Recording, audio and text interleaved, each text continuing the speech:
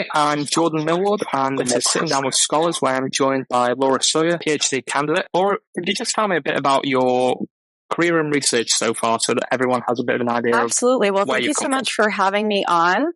Again, my name is Laura. I did my undergraduate degree at Western New England University, which is a wicked small school in Springfield, Massachusetts, where I studied electrical and computer engineering. And then I am now pursuing my PhD at the University of Arizona in Optical Sciences, where I am a PhD candidate.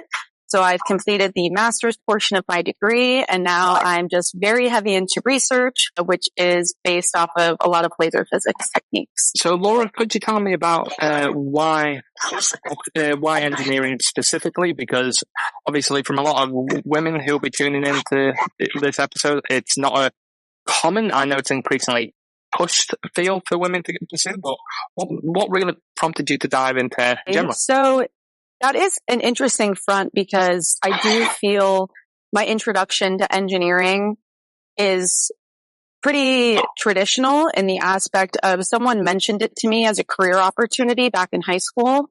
And my first instinct was like, oh, boys study that. And I remember in that moment having that thought cross my mind. And I thought my entire life I was raised to kind of go against the norm. But when it came to making a decision specifically for myself, I found myself falling into some of those habitual societal thinkings. And needless to say, that then made me very driven into figuring more about engineering and what I liked about it and what the different career opportunities would be. And that's partly why I went to the undergraduate institution that I did, because you didn't have to declare your first year what type of engineering. So it provided that opportunity for me to learn a little bit more about it.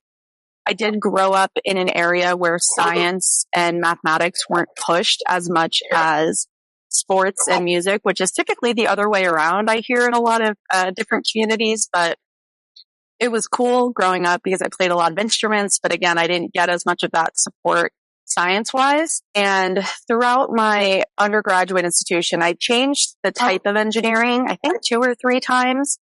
And it really relied on access to mentors that helped me figure out the most what my different opportunities are, providing the encouragement that I could do it, even if I failed certain exams or I struggled in certain classes, because I didn't know what career opportunities were even available to me. And picking my graduate program specifically came from one internship with one mentor who mentioned it super offhandedly, and it completely changed the trajectory of my life, because I would have never looked as far as Arizona for graduate school if he hadn't mentioned it to me. So very heavy on mentorship that got me into engineering. Was that mentor in the academic sphere, or was it a professional mentor or family member? So what type of a little bit of professional and then academic. In high school, the first person who pushed me towards engineering was my chemistry teacher, who I am still very close with to this day. And then, so she kind of pushed me to engineering. And then in college, my academic advisor was the one who pushed me towards electrical and computer engineering. And I still keep in touch with him to this day. Then through having the electrical and computer engineering program, I then pursued an internship with the Kirtland Air Force Research Lab in Albuquerque, New Mexico, where I met my first kind of non-academic mentor. He was my mentor for the summer. And he was the one who first introduced me to optics, kind of really showed me what different possibilities were, and the fact that it's okay that I wasn't coming from a physics background, because I had a lot of strengths in other areas. And I still keep in touch with him to this day. And throughout my graduate program, even still, it took me quite a long time to figure out what I wanted to do specifically. So again, really relied on talking to other individuals in industry, other individuals in academia, older grad students, and so on, to kind of help narrow my path. With you saying you weren't really sure of what what pathway to take in terms of the engineering side, and what eventually landed you on optical sciences, what was that journey really like in terms of what was it a particular element that stood out as being really interesting, or was it something that was more challenging, or how did that journey look like? That's a really interesting question, because when I think back on it, it definitely was a very frustrating process. And the reason I first describe it as frustrating is because I had a lot of support, but I didn't have a lot of support from people who understood the process. And what I mean by that is that my high school chemistry teacher and my college academic advisor only knew so much about pursuing a PhD, especially a PhD in a more science-based as opposed to engineering-based. And so that was a little difficult in the beginning because I very much was going blind through the process. And picking a grad school was tough because I picked my grad program during the onset of the pandemic, so spring 2020.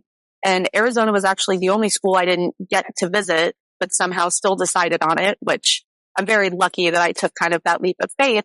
But I think the most difficult portion of the journey was when I got to University of Arizona and all of the individuals in my cohort knew what they wanted to study. They knew the professor they wanted to work with.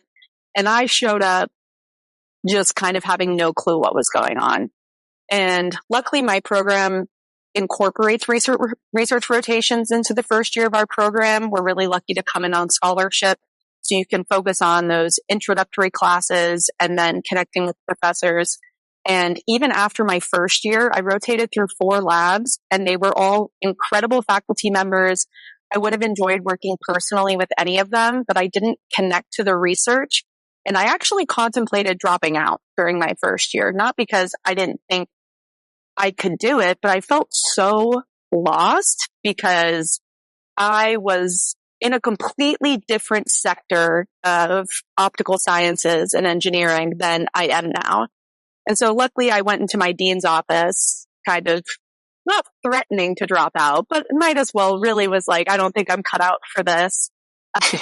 And luckily he was able to help me pivot and actually pulled up my statement of purpose. And so this was kind of the interesting thing for me is that when I applied to the graduate program, I talked a lot about the work with my mentor at the Air Force Research Lab and then went to pursue research in a completely unrelated field once I got to the institution.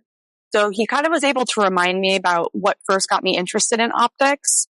And I did a couple more research rotations. The lab I'm in now is actually the 7th lab I rotated in.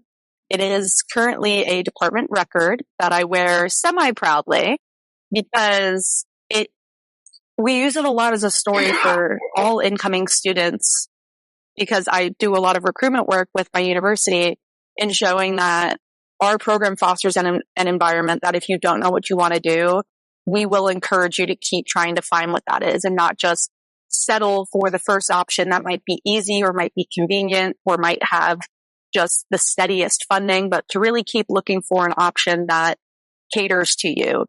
And that's kind of how I really started getting into recruitment and outreach, is realizing how alone I felt during that process and how there were so many times I wanted to just give up because I didn't have somebody who was really able to assure me that it was all going to turn out okay.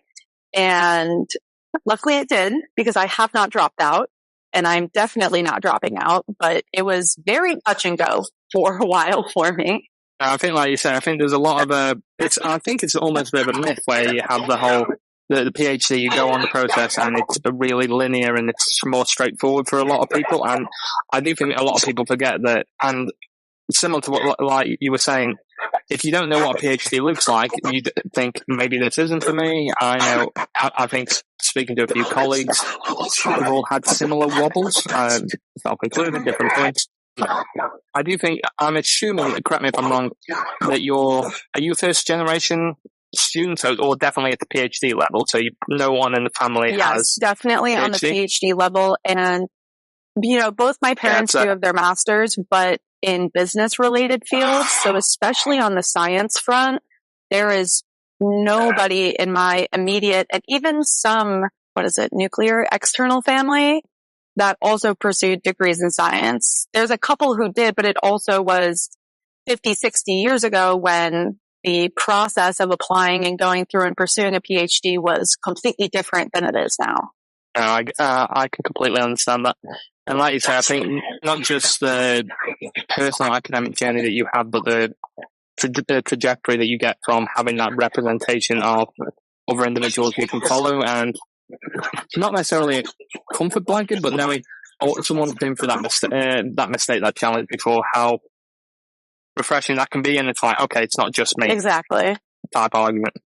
But when you say, so just from a perspective of someone who's definitely as far away from physics as most people, could you explain a bit more about what optical science actually is? So explaining what the field of optical sciences is actually one of my more favorite things to do, because I truly think it's one of the biggest misconceptions of standard day science literacy. And kind of what I mean by that is that once everyone graduates high school, there's kind of a baseline amount of information that the majority of individuals across the globe would understand about science. And whenever I introduce my degree program to someone, I follow up very quickly with saying I do laser physics, because the biggest misconception about optical sciences is that it is the study of the eye because of ophthalmology.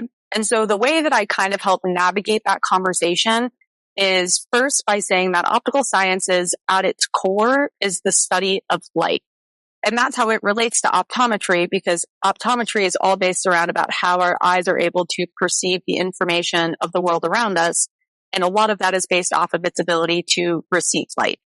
And that's where I'll stop talking about eyes, because I don't know anything else about eyes. Optical sciences and engineering, we actually have 4 core areas at our institution, which I think really highlight kind of all of the potential opportunities within optical sciences. So when we talk about optical engineering, we're talking about lenses, mirrors, and other optical elements. Pretty much any device you pick up that has electronics in it or a camera in it, there's some type of optical engineering going on in that device. And actually at my institution, we have the optics mirror lab that is as large as a football stadium. And it's actually underneath the football stadium, because all of those space telescopes and really large telescopes that we have across the world, you need the lenses made in a lab that is actually as big as lenses required. So that's kind of some of the optical engineering side of it. Then we do a lot of work in image science. And so that could be, again, from working with cameras, but it also can be working with different areas of different wavelengths.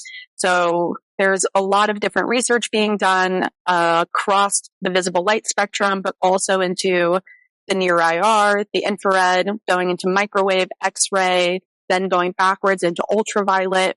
And I think that's an area as well that people don't necessarily correlate with optical sciences, is so working with your microwave, when there's a lot of talk about drones being flown around, all of that stuff, again, falls into optical sciences. The third core area we have is kind of a photonics and quantum-esque. There's, especially with artificial intelligence, there's a lot of conversations about quantum these days.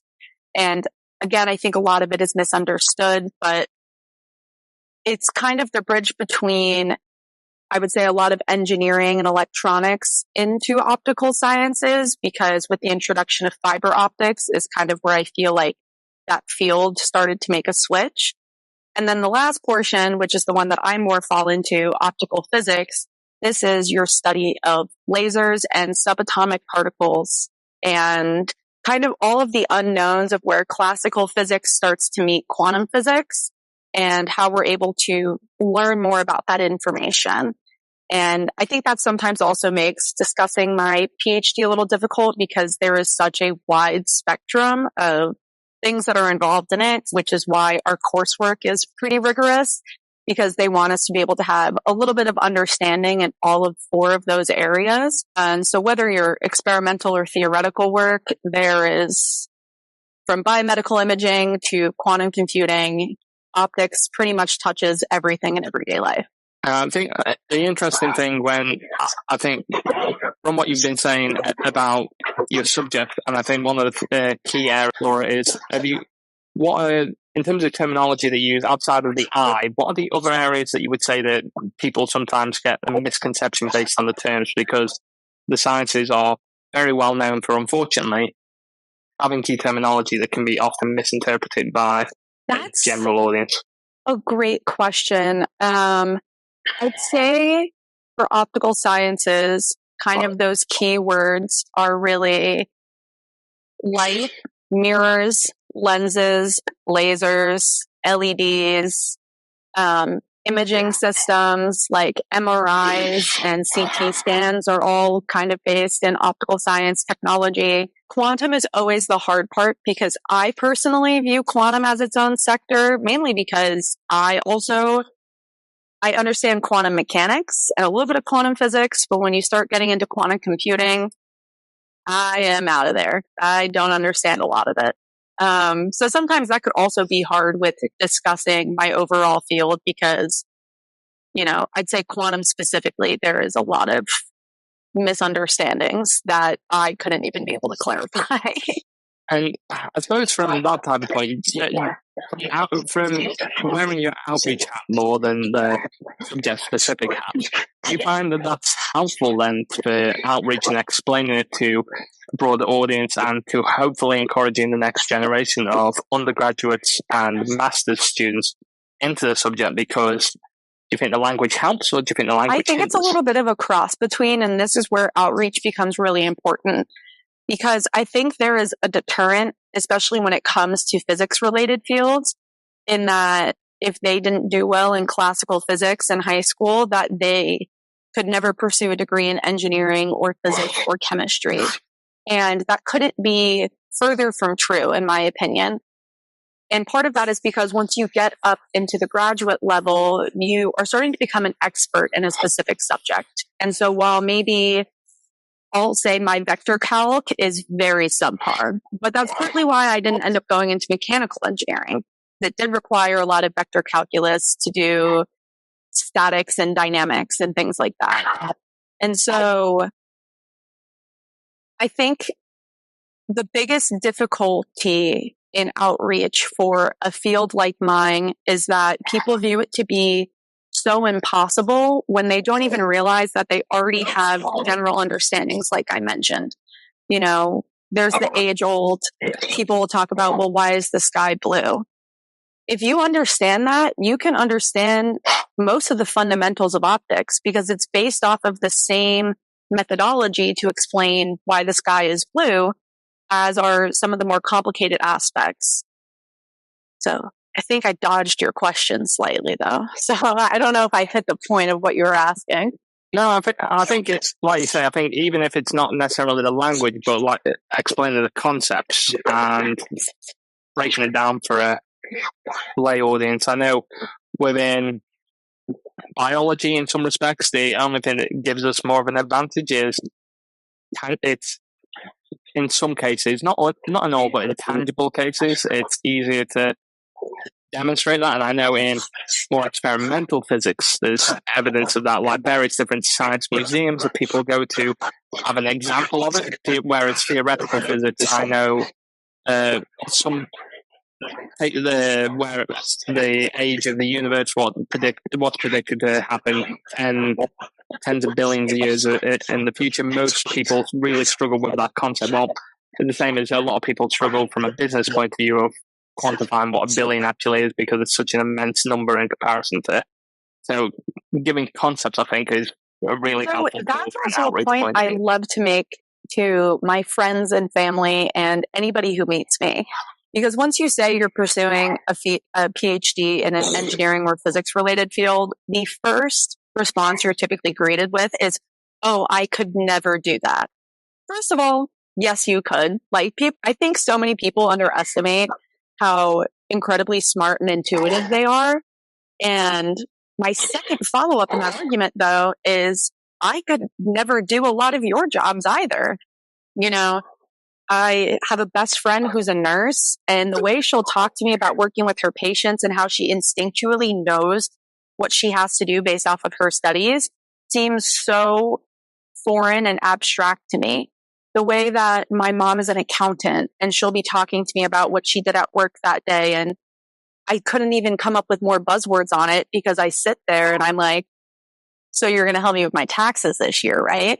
So I really think that's one of the biggest things that really pushed me to start doing more outreach is that everybody views, not everybody, but a lot of people view science as this abstract thing that will never be understood when in reality, or not that it'll never be understood, but that they'll never understand it. And again, it's a lot of that underestimating their own intelligence and how well they can perceive the outside world. And I think that's ultimately the real barrier in getting young people into science, is that it just seems so difficult. When in reality, I think they have all the skills to be able to do it. I think that also hits the nail on the head what a number of the other guests on this podcast have highlighted, that the misconception of a PhD generally around, you have the main caveat when I go into a lot of schools, particularly primary, with that type of level for American listeners. But when they go, that sounds really, really high level. You've got to be very, very bright to have PhD. And most people who I've spoken to will highlight the PhD is you want to understand more, you want to question more, you're inquisitive. Those are the more core traits that you need, not necessarily to be the top of your class in it. It's a lot of the time it's dedication to your subject that you're interested in enough to pursue it for so many years of your life.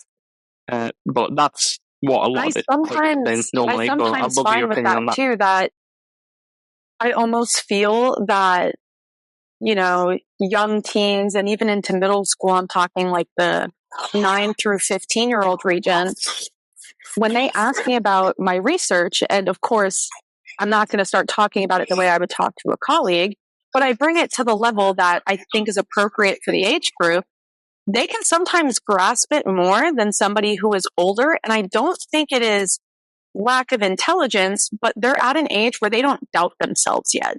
They don't think that they can't do something, because they're still at that age where their parents and their educators are telling them you can do whatever you want to do. And they haven't really been introduced to a lot of the societal pressure to go one way or the other. Because I have a lot of really smart, capable friends my age that I have to convince them, like, you can understand this. And so then they'll finally engage me in a conversation about it. And they're like, oh, that actually relates to the class I took 5 years ago. And I'm like, yeah, I think that's kind of the biggest difference, is that when you're younger, you still think you're invincible and that you can do anything. And I think there's a benefit to that. And that's why outreach at like a primary school level, we call it elementary school, middle and high school over here. That's why outreach at that age is so fundamentally important, because they don't doubt themselves yet. The way that, even us in our PhD programs are like, how am I ever going to graduate? Like, how am I ever going to be smart enough to lead my own lab? Like, they don't think like that yet. They think, I'll become the president. I'll be the next, billionaire. I'll be, the next superstar, Tom Brady, D1 volleyball player. Like, they still have that belief in themselves that the world has not taken from them yet. Yeah, which, like you say, unfortunately, you do slowly see. So I used to do a lot of teaching, and through the various different levels of teaching, from primary school to high school to college, you do unfortunately see that drain out of the student as they go through various different points. And particularly when, my PhD itself looks more at the motivation that people have to pursue various different subjects and how that relationship evolves. And a lot of that tends to be, they just don't have that tangible link to it. They don't have individuals who come into their schools, talk about what a PhD is, talk about what the sciences are, talk about what they see some representation of it. And I'm not sure if you, when I typically think of physicists outside of the Big Bang Theory, which to an extent gives a representation, a very caricatured representation, and the typical scientists who you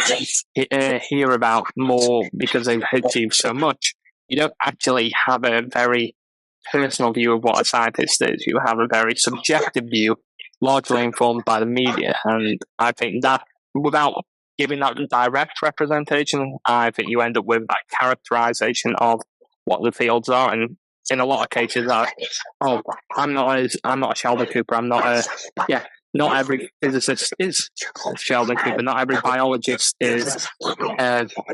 Shows an example. I can't think of a biologist in the caricatures of biologist, but normally it's the savant type individual that is characterized with the sciences, or is more supervillains that tend to be doctors. Well, and I think that's where I love the Big Bang Theory, and I actually just discussed this with someone the other day, in that I think the Big Bang Theory was so pivotal in getting a lot of everyday people into science, because it was being presented in a format that was kind of brought down to, I refer to it as the general education level, as in anybody who graduates high school or a high school equivalent education, can understand this baseline amount of information.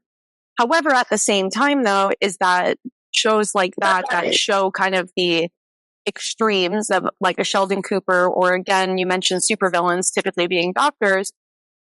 It does introduce at an earlier age the feeling that I also had, in that, well, a scientist looks a certain way and I don't look that way. And I think since entering graduate school and having far too many moments in graduate school where someone has made me feel like just off of my presence alone, I don't belong in the field, it's just brought to mind more for myself how much doubt I've had about myself in the past. And now that's why I do a lot of outreach, because no one should ever have to feel that way. Not even just women in STEM, but males in female dominated fields, and then pretty much just anywhere. There is no certain type of way a field looks or a career looks. And I think that's something that, unfortunately, through, previous literacy, movies, media, TV series, that unintentionally it got pushed. But then I'll also pivot, though, and I'll give Big Bang Theory a lot of credit, because I think the representation of Amy Farrah Fowler, but then also Bernadette, there was a couple episodes that really showed kind of how female scientists can almost come at each other, because there was an episode where Bernadette was selected to be like one of like the hot 10 female scientists or something. And Amy was really upset with her for doing the interview. And then Bernadette was upset, though, because she was like, well, I'm allowed to be both things at the same time. I can be hot and I can also be smart. And it's okay for me to be perceived as both. And that episode changed my brain chemistry when I was younger. And I think actually, because of the fact of how vividly I remember it, actually had a really large effect on when I started to dress more of the way that I wanted to. And I started to express my femininity in male-dominated rooms more than I had used to. So it can kind of push both ways. I'm glad I remember that episode, though, because it actually really, really stuck with me, because I'm kind of told more often than not that I don't fit the part. And I'm like, there is no part. It's not a script. So. Well, yeah, I think from a femininity point, and like you're saying, I think about that representation. I certainly think at the colleague level, not necessarily at the senior staff level, and I have to see part of the problem, I think, from what I've heard. I will say I work in education primarily. That's my primary discipline area. So it tends to be more gender diverse. It tends to be more ethnically diverse because of educators generally being representation being ingrained into it. It's not perfect. By no means is it perfect, but it is generally more representative, and therefore similar to a lot of what I would class as the informal sciences. Tends to not have the, as you're saying, the look about what a scientist should look like. And I think one of the pushbacks tends to be, and I've heard this from when I've done a lot of representation work, is we get told I don't sound right, I don't look right for the part. And I know, speaking to different people from a sound point of view, it's like, if you have a type of accent, you won't get far. And they've been told this by senior representatives from their institution or their field. And the fact that that is such a demotivating trait, and they're being challenged on it. But the problem is, because of how the PhD experience is, and I'm sure this is similar in the US, people don't rock the boat, because if you rock the boat too much, then that's your postdoc goes and so on. And you do have the odd, what I would say, the change makers who try to rock the boat and try and do it and still have a successful role in the field. But I will say that seems to be more of a common thing in the informal sciences than I have seen it in the formal sciences. Whereas I know I can do a lot more provoking points of saying this isn't how it should be, because of the privileged element of what the discipline allows me to. If I was in more biology per se, I probably would not have the same opportunity there to voice that opinion, because the field doesn't lean that way. But I'd imagine physics is probably there's probably set individuals who are very much, you look this way, you sound this way, this is how we should behave, this is the disciplinary norms, and it's all changing that behavior. Yeah, there's a couple different points to touch on. The first, I always like to preface with recognizing specifically the men in the field that are trying to help the women and people of color push against, the biases. So I like to acknowledge that before I then go into, my spiel of how disappointing it can be at times, because you really phrased it best in that you become known as the problem.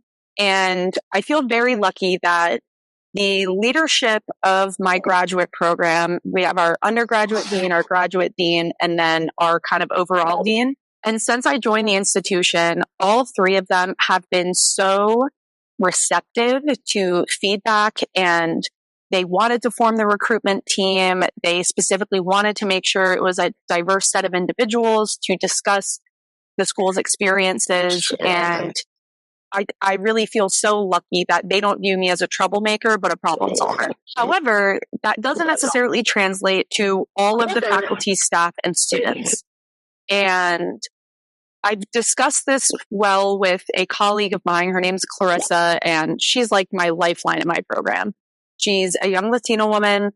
We're both fifth-year PhD candidates, and between the two of us, we've kind of experienced everything under the sun in ways that you can kind of be marginalized and pushed down in a group of people. But a little bit of a difference is that I do recognize that I am loud. I'm a New Yorker. I'm very proud of it. But again, first thing to acknowledge, I don't have a Long Island accent.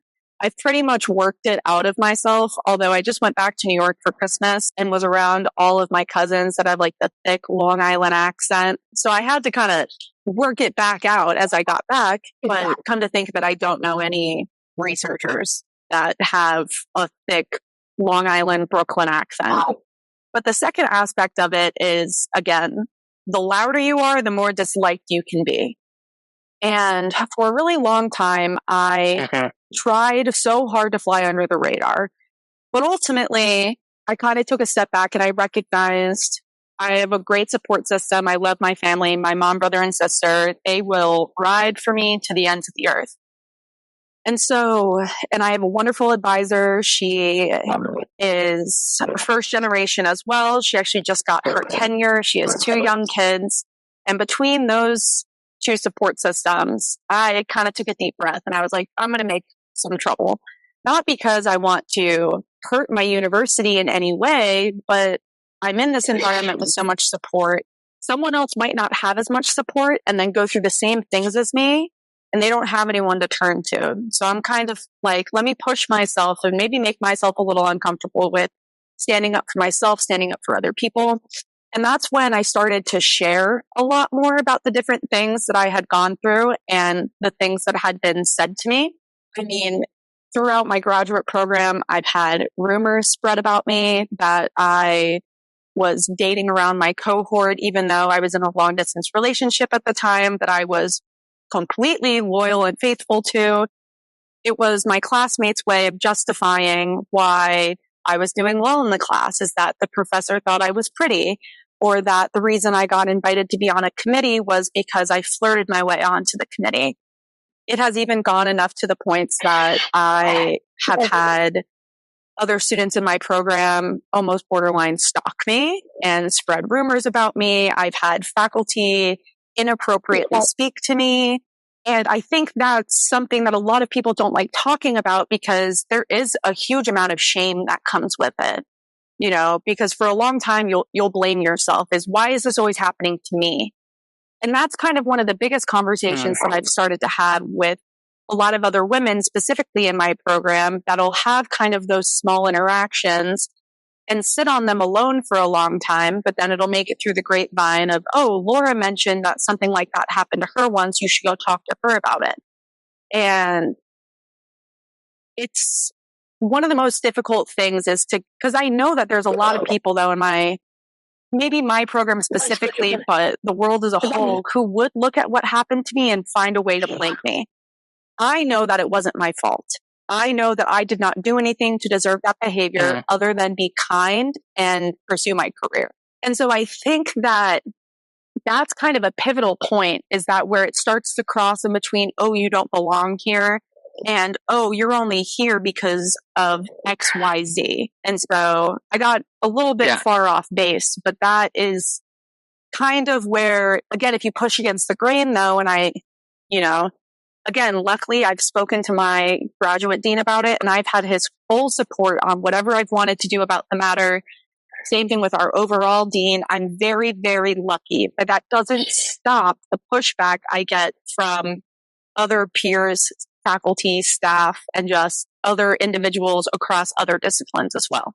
Like you say, I think it's interesting to hear from your perspective, because as a male, it's not something that many colleagues who are from a similar background or just purely from a similar gender background ever experience. And I think a lot of the challenges that tends to happen is because it's so difficult to hear that experience and that sometimes that reflection of your experience. It's just our role is more to listen, to support, and just to have more of an allyship type role, and just to be there to listen and to hopefully either be more the individuals that are supportive, in the respect that when we are asked for support, that we are listening well enough that we know what type of support is there, not trying to fix the problem, not trying to. It's not our charge to lead.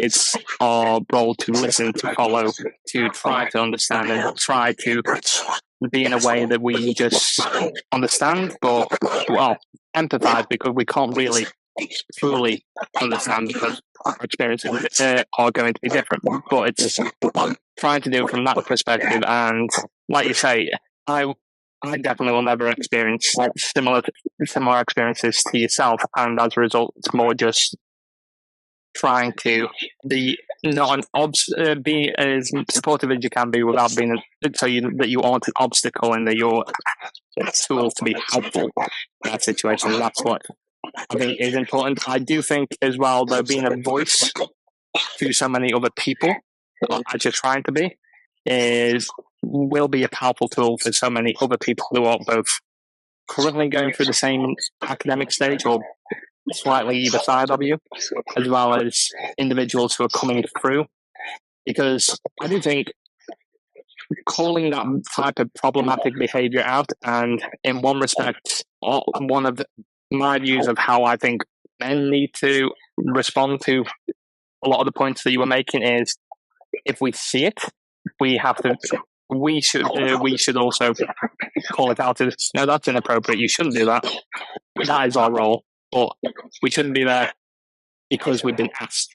We should be noticing there's a problem. That's a behaviour that we should not have in a workplace. Well, it shouldn't happen anywhere, but especially in workplaces or general environments. And that's what we need to do. We need to do more of, more reflect on. But I will thank you for that, for sharing it, because I don't know, you share it different things on various social media channels on that anyway, but I do think it's powerful to hear it, and hopefully that's I've hit the point that I'm trying to make. But you absolutely have. And kind of adding on to that, I was on a great panel about 2 years ago. It was called, I think, Change, What Will It Take? And it was a 3-part series with like staff, faculty, and then students kind of discussing specifically we had a Women in Optics group that is now rebranded as Optics for All, which I think was an incredible change.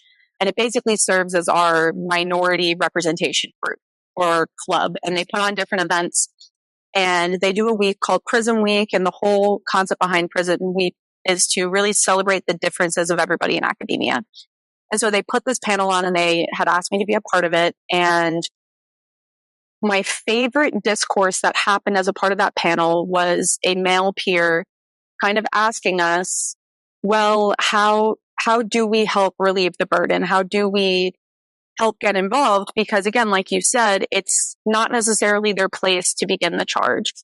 And the way that I phrased it is, well, originally one individual was like, well, you're either on the right side or you're on the wrong side. And I disagree with that. The way that I kind of phrased it is that there's a fence. And the fence separates the people that are like, yes, let's be more progressive, and the people on the other side who are like, no, everything's fine the way it is. But the thing that a lot of people don't acknowledge is there's people who don't realize there's a fence. They're at home in bed, not realizing that this is an issue until one day they go on a walk and they run into the fence.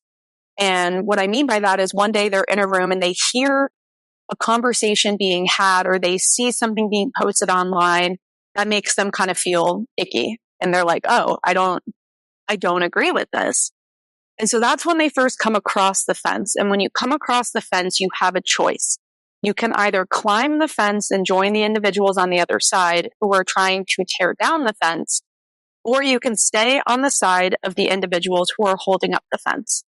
And now if you stay on the side that's holding up the fence, but you're not actively holding up the fence, you're still essentially holding up the fence.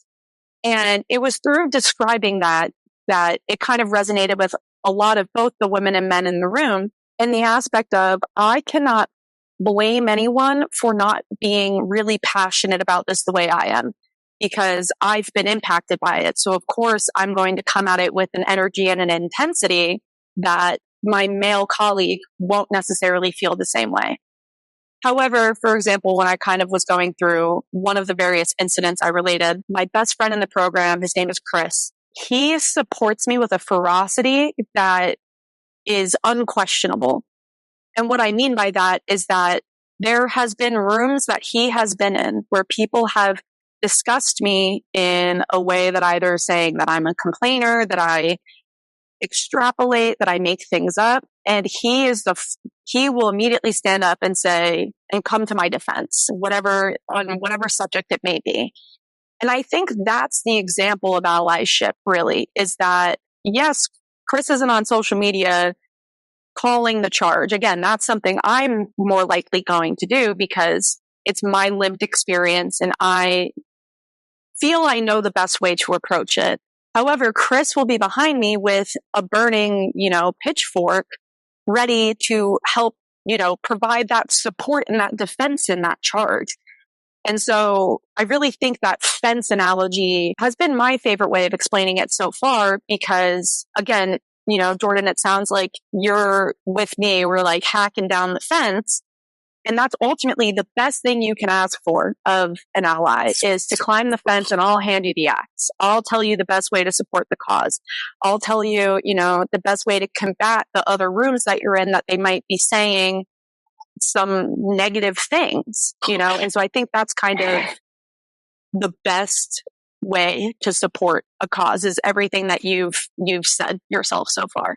Yeah, I think that's the analogy. I think is a really powerful tool because, like you say, that explaining for people of what to look for when it's pointed out to them. That's your moment. That's your permission, so to speak. Because some people, I'm not saying everyone, but there are some people who I know will be waiting for someone to give them permission, or maybe not even permission, but an instruction.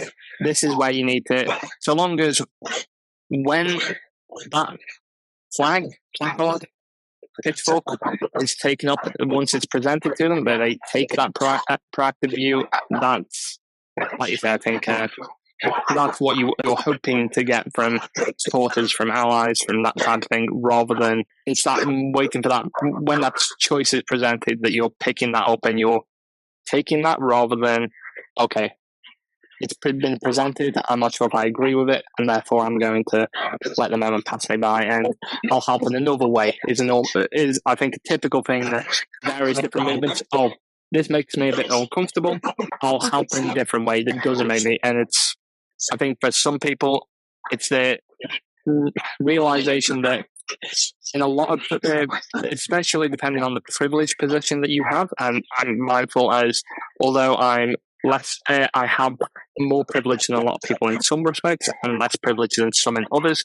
It's recognizing that there's going to be a level of discomfort because you've effectively got to relinquish the privilege and acknowledge that you are not necessarily there solely based on that, but that you've been helped up by it. And that's when you have to recognize that. And I think science, the sciences are an example of, there's still a very privileged system, and yeah, I think that's part of the challenge. That understanding that is part of the challenge of outreach, of representation, and importantly, the accessibility of the future of our Absolutely, professions. I completely agree, and that's kind of the same thing I always touch upon too, as well, is that, you know, I might be a woman, but at the end of the day, I still have white privilege, and so kind of the last thing I'll say on the topic is that you can also ask people the best way to support them, because I don't know,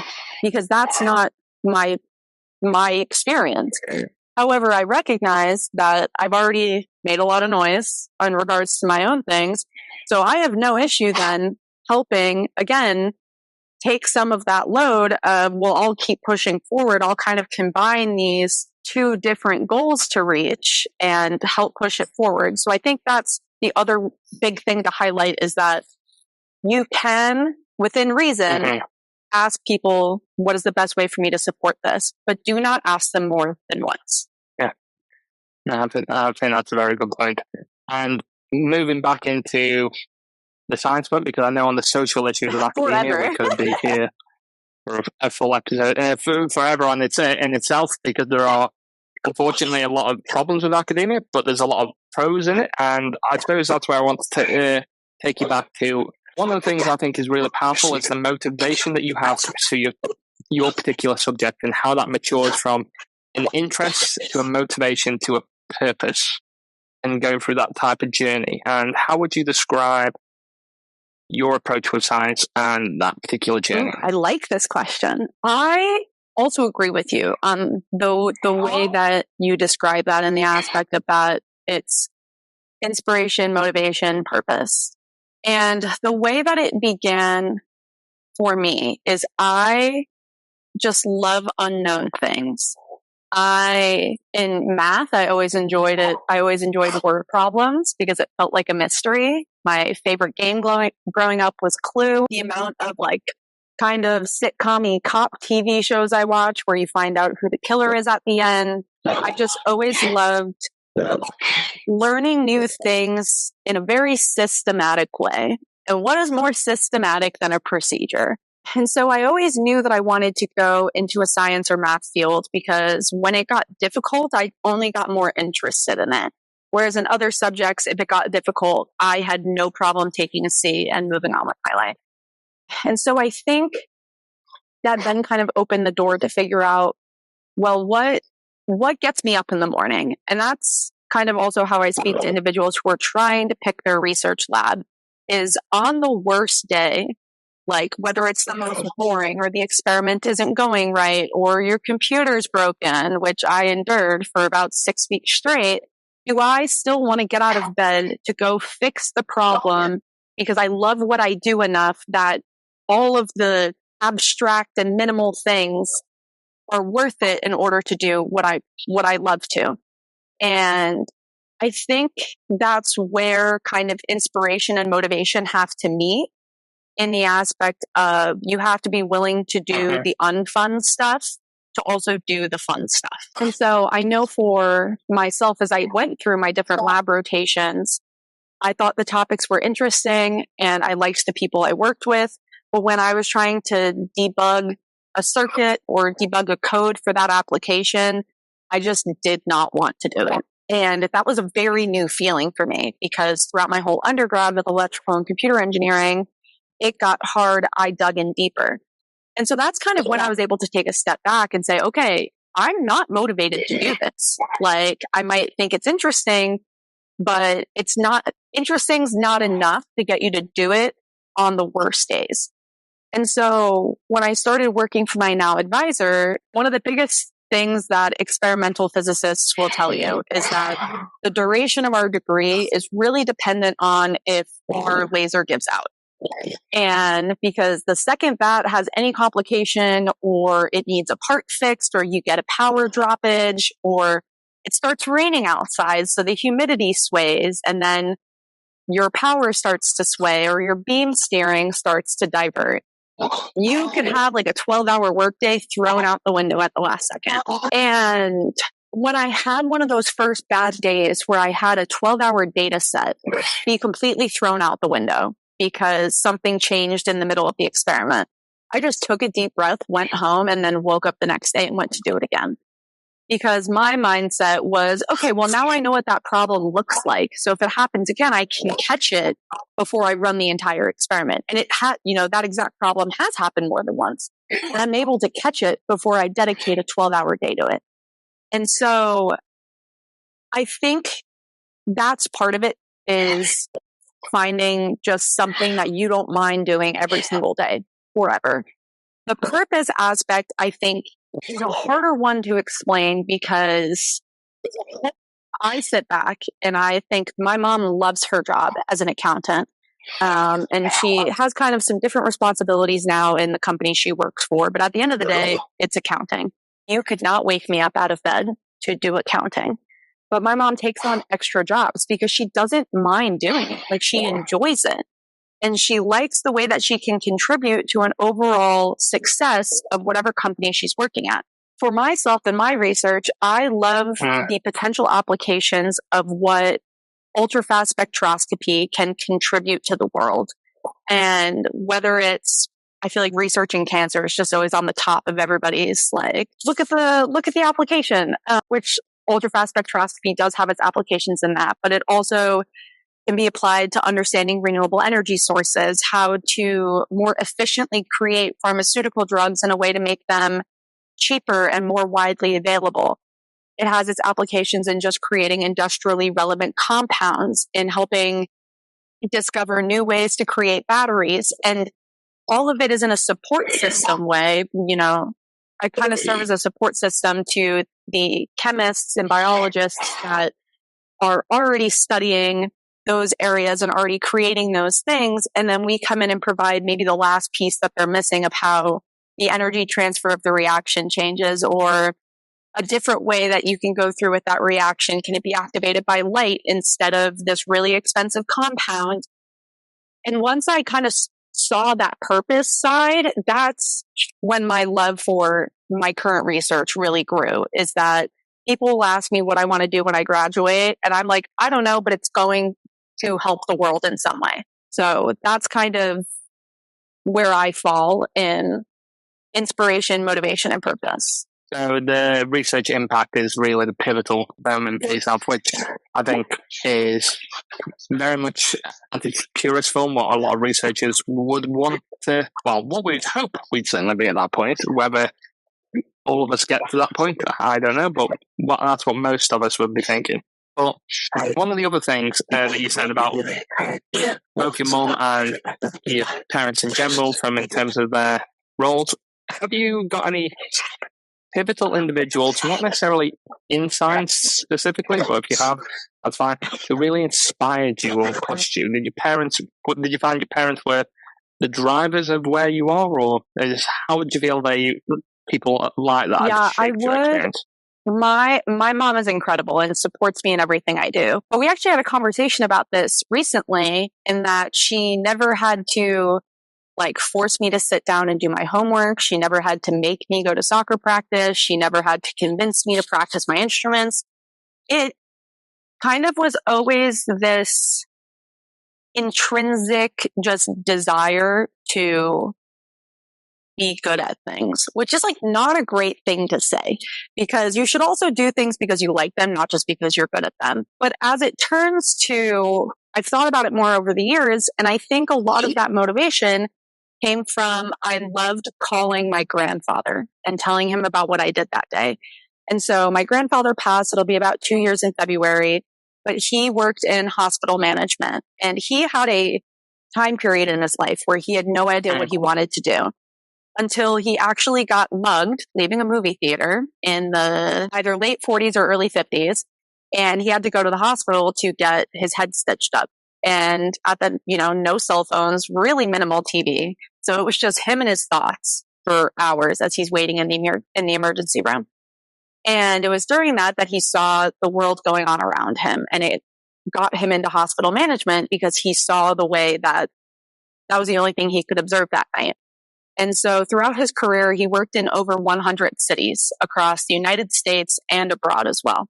And as I went through high school and my undergrad, he and I could talk about science and engineering and his stories for hours. And so I remember when I joined my grad program and I was feeling really lost. And I kind of called him and I'm like, well, what if I drop out?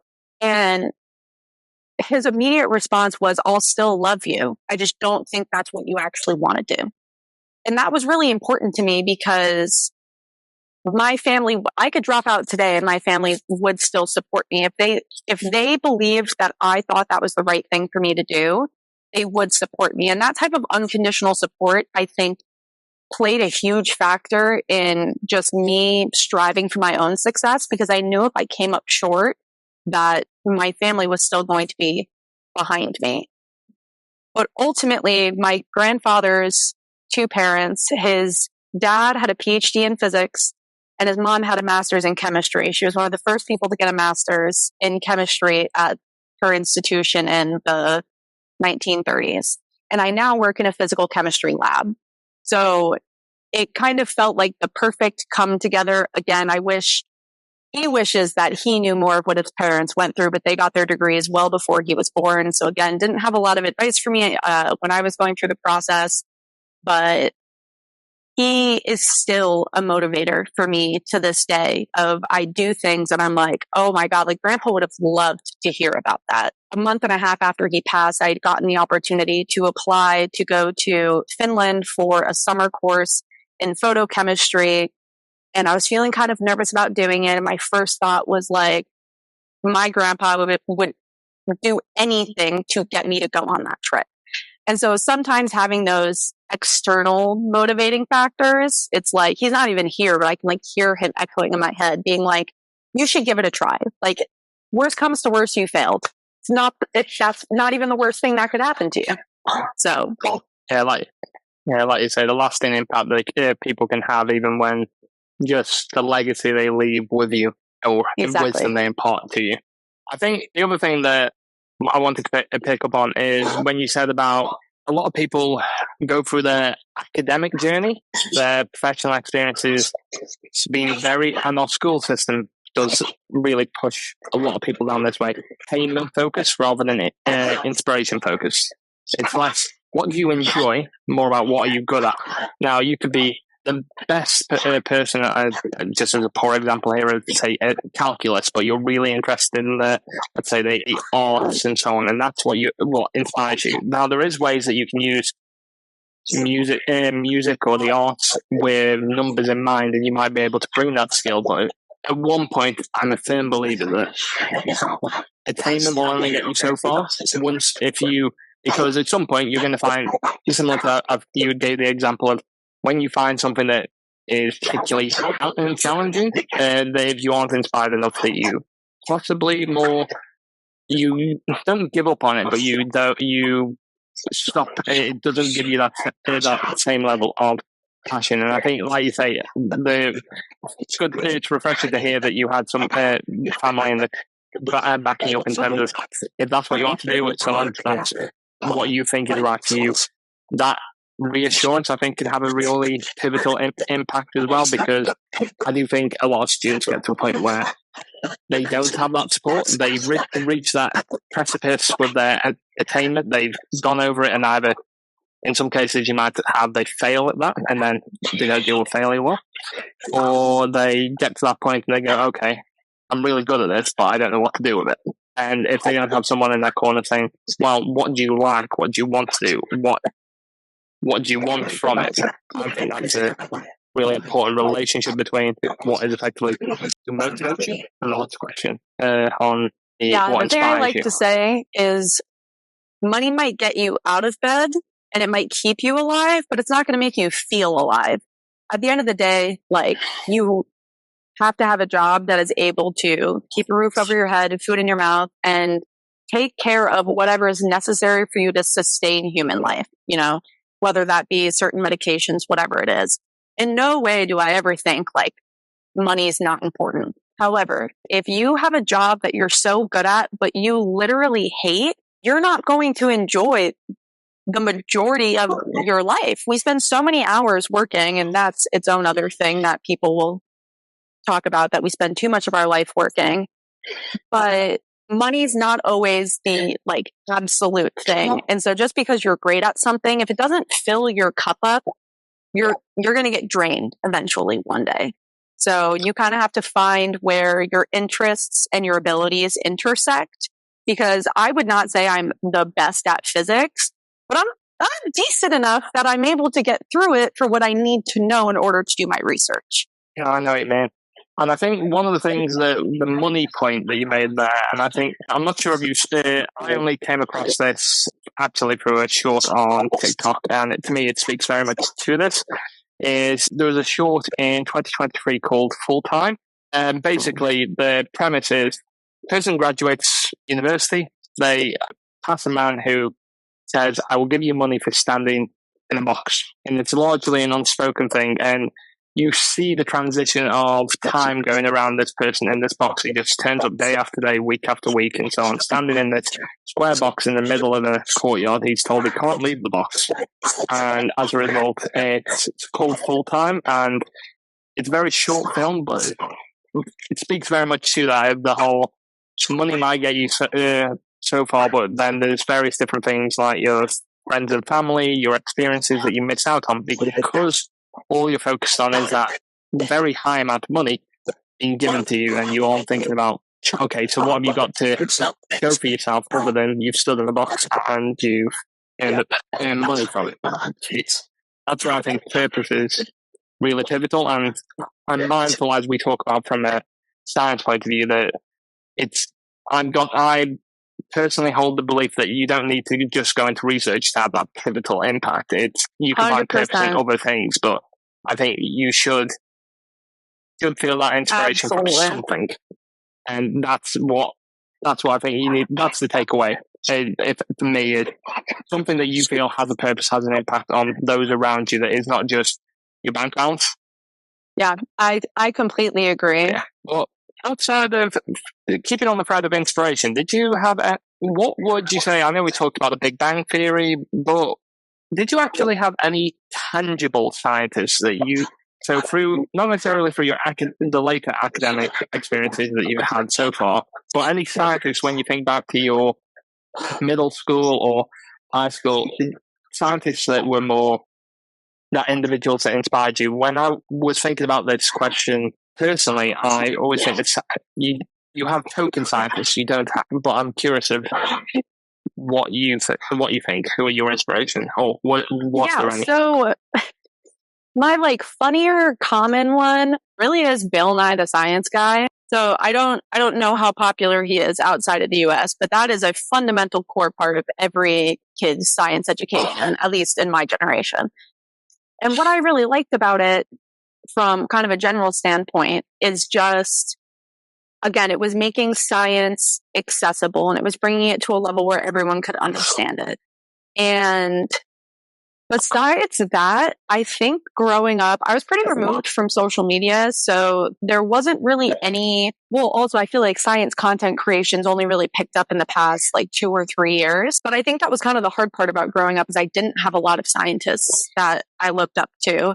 There was a brief period of time where I really looked up to Jane Goodall and her work with chimpanzees. And then Marie Curie, I just liked her because she was the only woman. I was like, she's the coolest. And so it is cool now that I work in chemistry, and I still need to see the movie that's based off of her. But now there's a scientist who she's been to space, I think at least once. She might have her second one coming up. Her name is Kelly. I want to say her last name's pronounced Gerardi. I'm not sure, but she has gotten pretty big into social media content and really just showing the lifestyle of you don't have to have one or the other. Like she has a family, she has a partner, but she also has her career, and she's also trying to have another child, but having to balance that with that she has another space flight set for 2026, that if she gets pregnant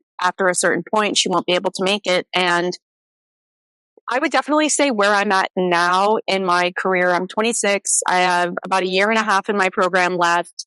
And I want to pursue a postdoc, and I want to consider academia. And so anytime I see a successful woman in science who also is able to navigate having a family, I think at this stage in my life, those are the biggest motivators. My advisor has 2 children that she fiercely cares for and a husband she fiercely loves. And seeing how she's able to balance family life with also being a successful academic, that's kind of the inspiration I look for most nowadays, is because they used to tell you you can't have it all. And so seeing women older than me having the type of life that I dream about having is, again, kind of the inspirational thing of they might not look like what science was supposed to be, but they are what science is now, so. I think that's a really powerful way of putting it. And unfortunately, I do want to probe into that a bit more, but my laptop is going through the period of dying. So I'm just going to go grab. Perfect, no worries. Roger, one sec. Sorry, I had to navigate You're my all dog good, as don't worry well. about it. So I think one of the things on what scientists look like now that I thought was really interesting. Do you think, personally, I'm a character that, well, not a character, but a person that I think will probably have an impact on tomorrow's generation is the likes of, hopefully not butchering the pronunciation of the name, Bridget Mendler, the Disney Channel I love her. star who... I love her.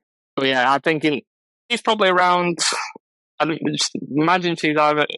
She possibly a couple of years older than yourself. Yeah, I think she's probably closer to her mid-30s. And I love her, and I love the discourse about her on social media because, sometimes it's like kind of memes that people are like, that they'll be like, modern day pop stars are lucky that Bridget decided to go into science. But I think it's such a beautiful example of you can change the course of your life at any point you desire. And that's something else I also talk with graduate students a lot about, is that when people are like, well, I kind of want to go back to school, but I'm already this far into my career in this other field. Again, you do have to worry about money. Unfortunately, that can sometimes be a barrier for individuals, which, however, though, there are a lot of scholarships for individuals who are returning back to the field. And that's something else I also like to highlight on my social media is people don't look for scholarships enough. But circling back, I think Bridget Mendler is such a great example of that. You can be good at different things, but also if you don't have the lifestyle that you want to maintain or you want to live or you want to pursue a different career, I am the biggest advocate in do it. There is no such thing as being too old to go back to school. There's no such thing as being too old to change careers. At the end of the day, you get to decide the course of your own life. And I think there's been a lot of more individuals breaking the mold of pivoting career paths later in life, that it is becoming more socially acceptable. I think that's, exactly that. And I think the thing that I can remember that really hits the nail on the head with was the fact that I thought, okay, I've just not... When there was that the segment on.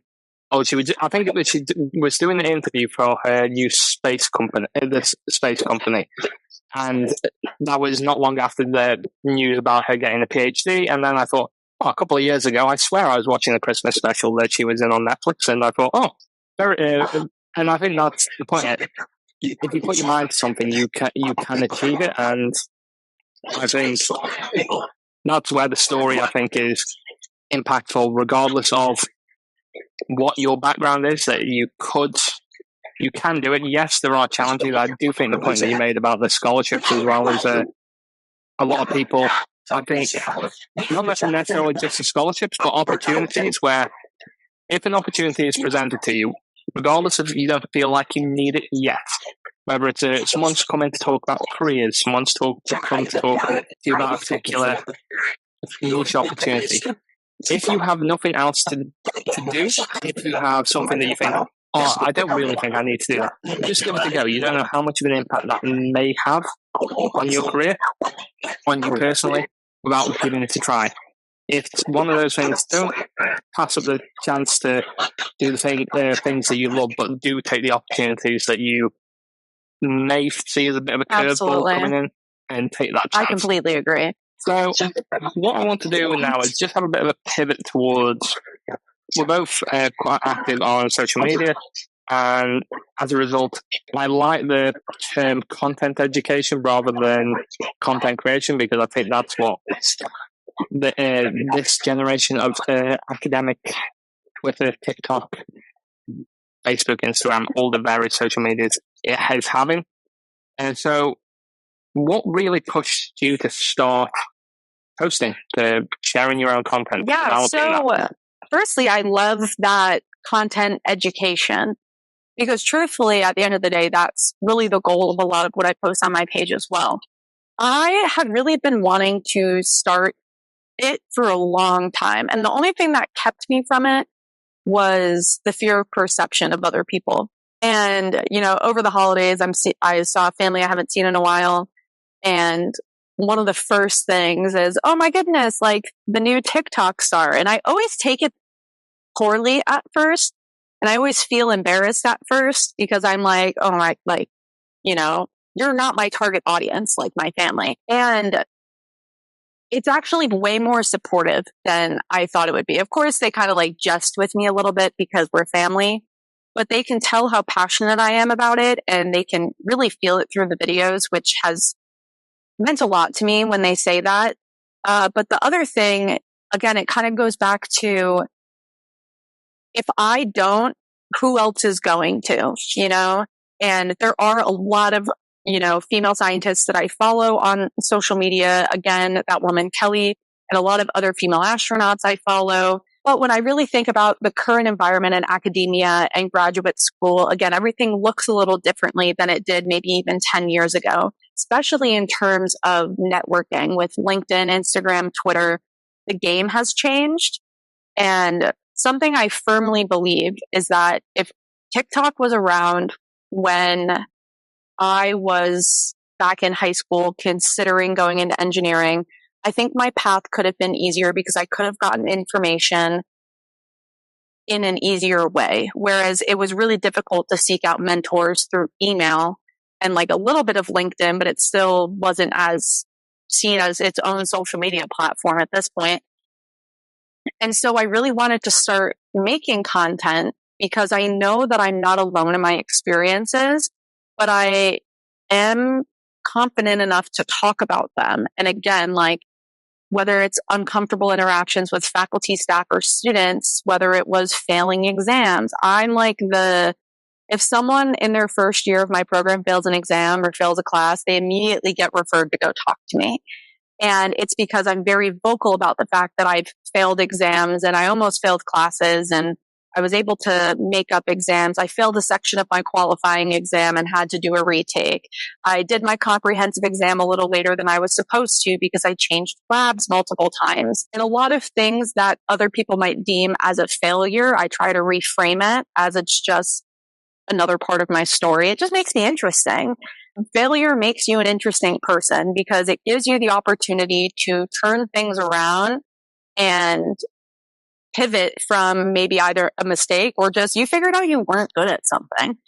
Again, I'm not very good at vector calculus. I had to do it again in one of my classes and it did not go very well, but I, mastered it enough to pass the class. And I think people are uncomfortable talking about failures because they don't want to be seen as lesser, or they don't want it to impact the way that somebody thinks about them. Whereas I'm on the other side, that I want my failures to make other people think differently of me, because I don't want them to think that I did this easily and that the only way to be successful is to have it be easy for you. And that also plays a role into why I started making content, because I realized the impact it was having on students in my college. And I realized, well, if I bring this to social media, I could have an impact outside of my immediate community.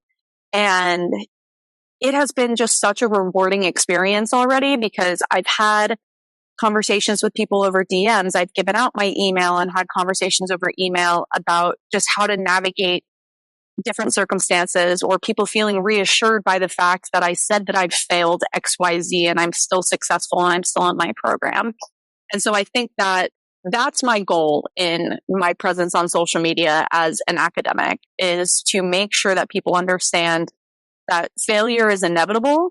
It is going to happen, but it doesn't mean that your life is over, because odds are every academic you sit in a room with, they've all failed something at some point. It's whether or not they have the courage to acknowledge it out loud. And I'll just blast all of my failures online for the world to see. Because why not?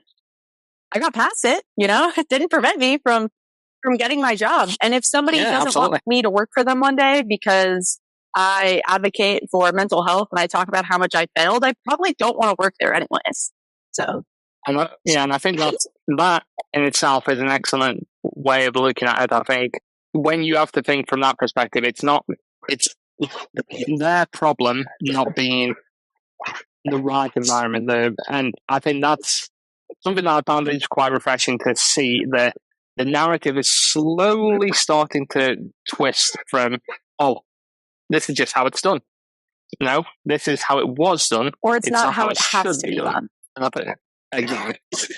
And I think business, science, academia, I think it's all slowly changing. And I think one of the things from a social media point of view that, especially, I think one of the challenges that I know a lot of American students who may be interested in science and content education, although it may still get overturned, who knows? It likely is, if they're going to TikTok as that source of information, the ban is going to have a massive impact, and that's probably one of the biggest challenges. But what do you think is some of the other challenges that you might, as someone who's either trying to consume more educational content or someone who's trying to create it? I think one of the biggest barriers in creating content is getting it to be seen. You could have the most high quality video that you created discussing an incredibly important topic, but if you can't get it to land on people's For You pages,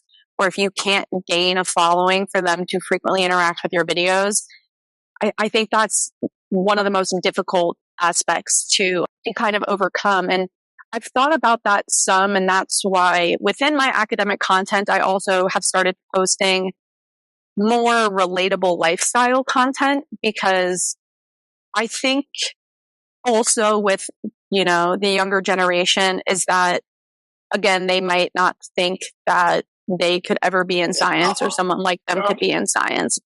So my kind of new mindset is that, well, if I can help pull them in because they relate to me on, we use the same hair care products, or they also like line dancing, or they also play, soccer with their college friends. I'm hoping that potentially that could help pull in other individuals like myself who, when I was at that age, I never would have thought that I would have been in graduate school getting a PhD.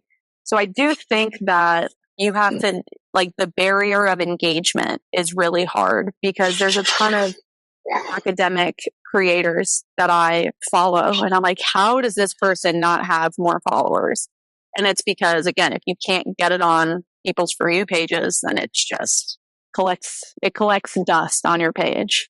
And I know exactly what you mean, and I think it's the fear as well. I think I'm not sure if it's a fear, but it's where some people don't want the other sides of their personality. That, to me, someone who's interested in the field of understanding how people behave and how people interact with the world. So I'm well aware I might have a bias, but to me, you aren't in a box.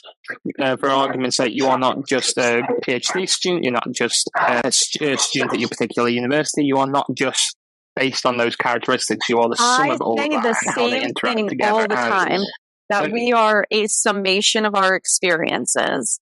And because I talk about that a lot with, if you don't have papers or if you haven't been to a conference yet, like, you have to look at all the other things that you've also accomplished, because you're not, once you finish with your PhD, like, you're not your dissertation. It could be 300 pages, and yes, that's incredible and what a thing to accomplish.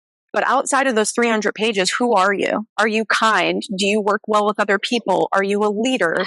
Do you give back to your community? Like, at the end of the day, you have to be more than just an academic weapon, if you will. Yeah, I think that's another excellent perspective, because I think from so many people think, and I dare say there's a number of people who think, okay, all I'm going to do is talk about biology. All I'm going to do is talk about physics or ecology or whatever it may be.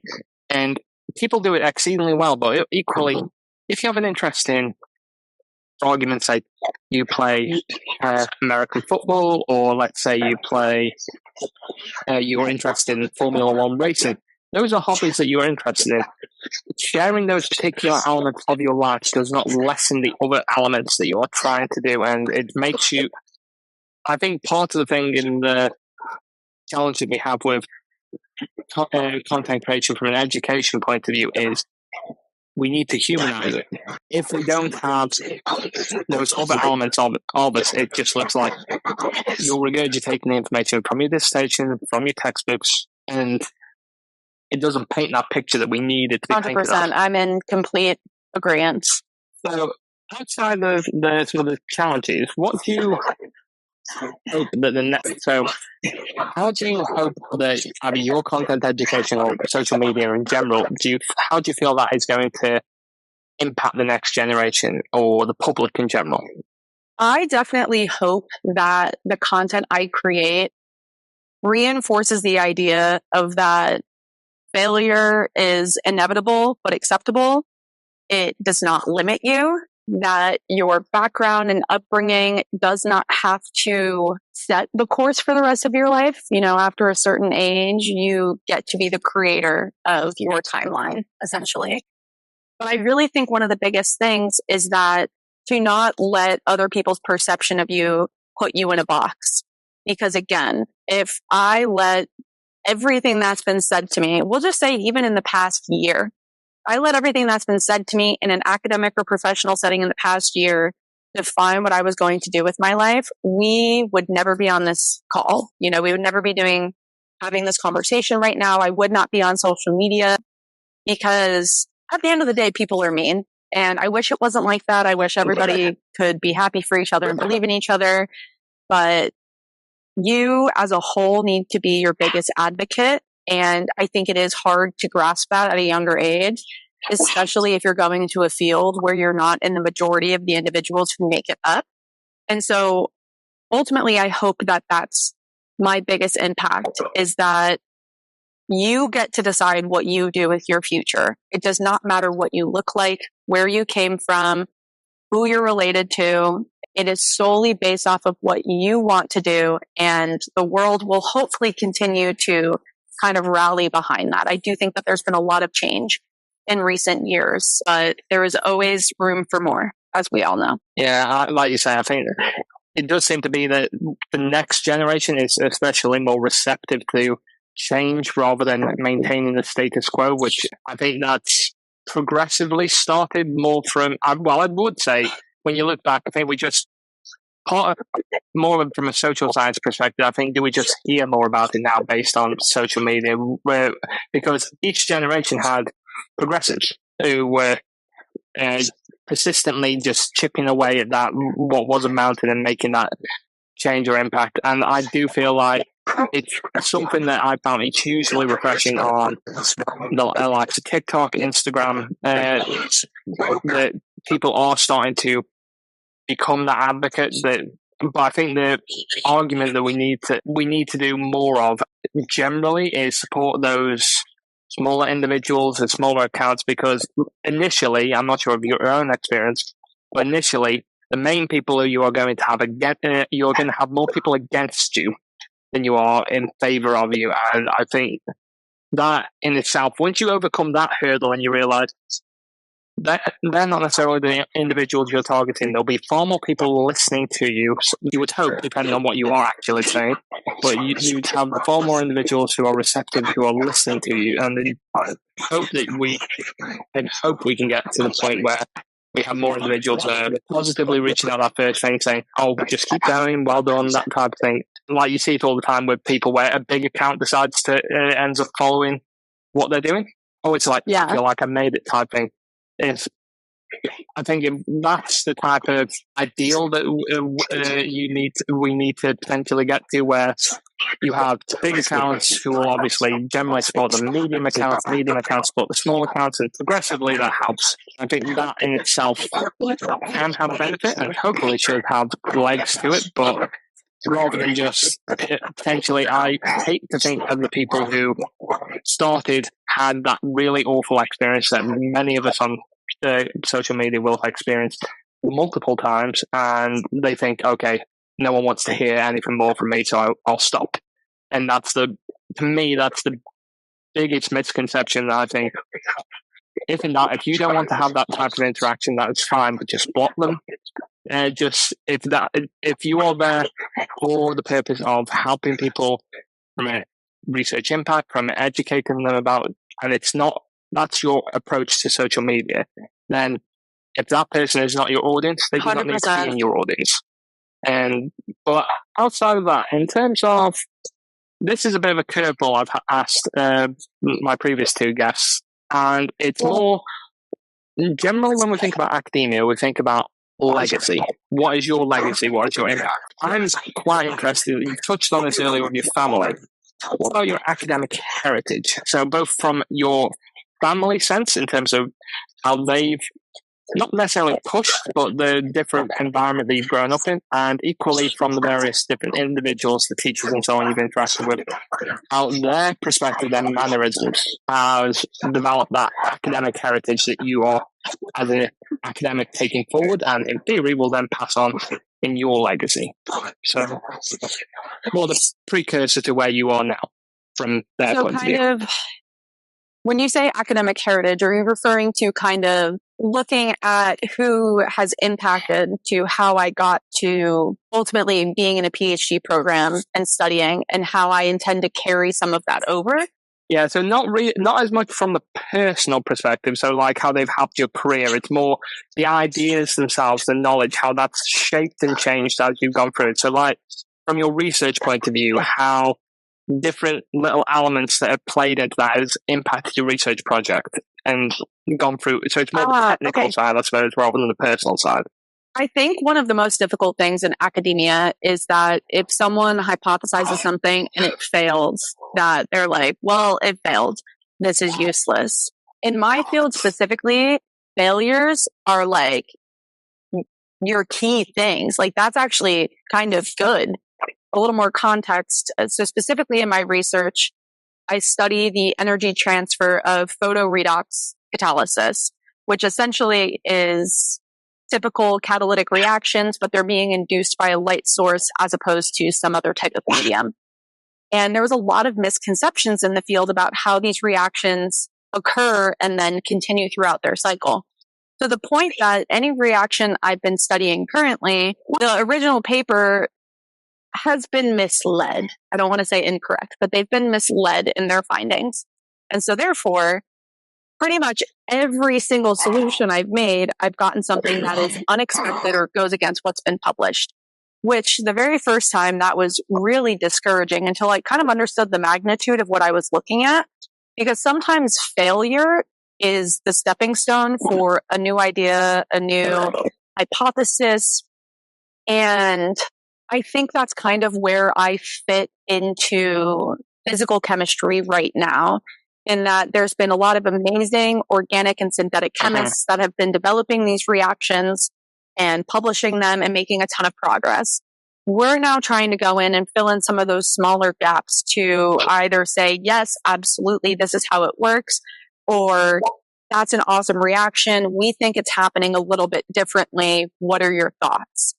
And it is an interesting perspective to come from because, again, we're running into a lot of situations where it does not match what was originally published. But again, all that's doing is encouraging. Everyone should always question everything. Nothing should ever be accepted as fact unless it's a law that was made, centuries ago. And even with that, there's still people from time to time that are questioning the different laws of physics. But I think failure is just pivotal to science being able to continue to grow.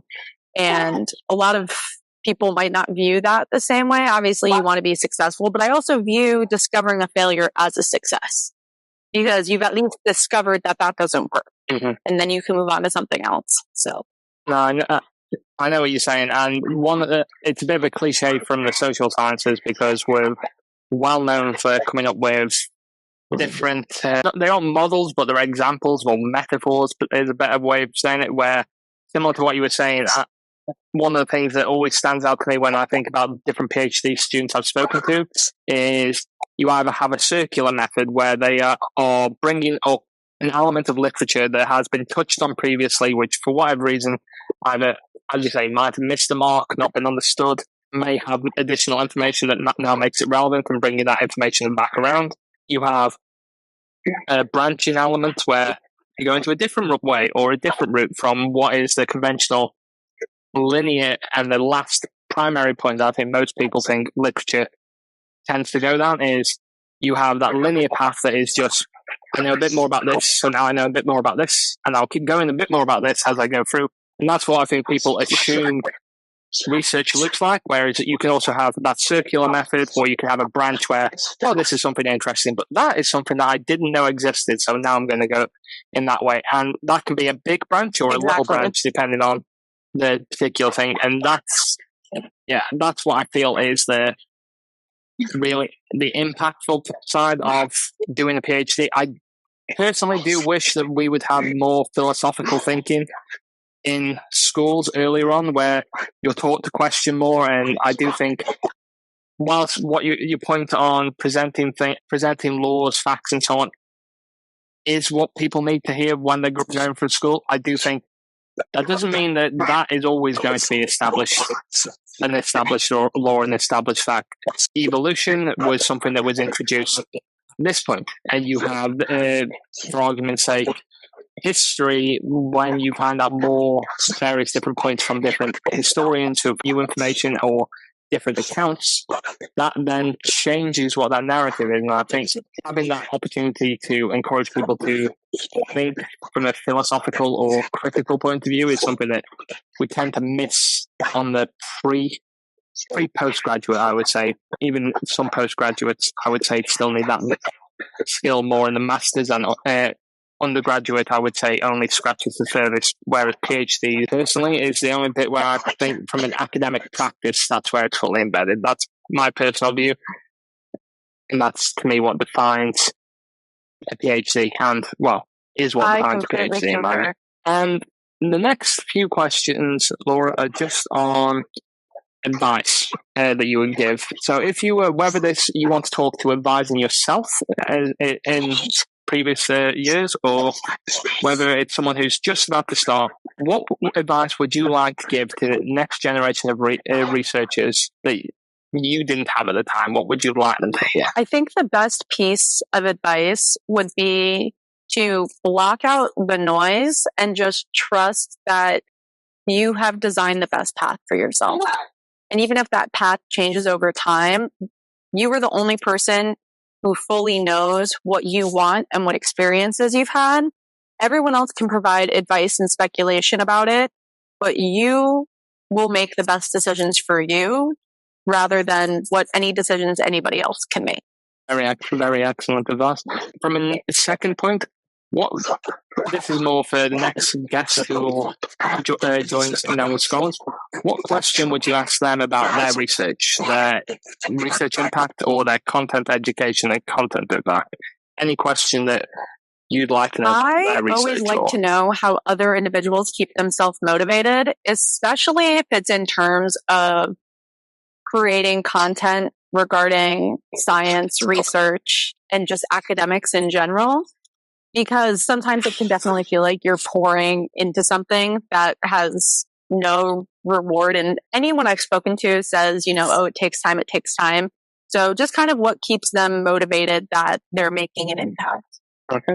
And the question from my last guest, yourself, is how is your message affecting your community, whether that's those online or those around you? Specifically referring to those around me, I do think that I've been able to help contribute to a more inclusive environment at my university. I think that I've been able to help empower students to make the best educational decisions for them, especially if that means withdrawing from a class, changing advisors, having to retake an exam because they might have failed a portion of it. Because my ability to discuss my failures has only been beneficial to me in the long run at creating connections with other students and even faculty and staff. I had the opportunity to speak at a faculty meeting a year ago about the different recruitment initiatives I've been doing and just outreach, and the feedback from the faculty in what I've been developing and discussing with students. They were just so relieved that these conversations were happening, because they didn't happen when they were PhD candidates or master's students or in their undergrads as well. And so I say all the time, because some of them will always say like, oh, I couldn't have done this without you, Laura. They absolutely could have. But what it took was them seeing that somebody else made that choice, that controversial choice for themselves, or they made that noise, or they stood up for themselves. At the end of the day, every student who has ever said, I couldn't have done this without you, I completely and wholeheartedly agree that they didn't need me. I don't think they needed me. What they needed was to just know that advocating for yourself is your right. And even if it, causes controversial opinions with other people, that's all that I'd have shown them, is that standing up for yourself and making the best educational decision for yourself, disregarding what anybody else might think, is, I think, the most powerful message that I've been able to help with the students at my university. Yeah, I think like you say, that's really impactful. And when you say the community around you, you spoke about it earlier as well. Have you had the experience of a lot of people coming to you DMs on various different social media asking for that academic advice and becoming your online community? Yeah, I've started having it, and I get it some over email as well, because I'm kind of the point of contact person for my graduate program on like the student side. And it's been really rewarding in a personal sense of just feeling like I'm helping the version of me from 5 years ago that like really needed this type of support. And so it's been really like an honor, even if it's just one person that I've been able to impact.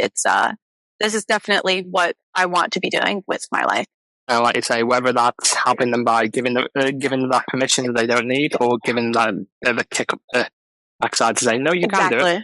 You crack on. Well, thank you very much, Laura, for joining us in Down with Scholars. And I look forward to seeing where you go next with your academics, and also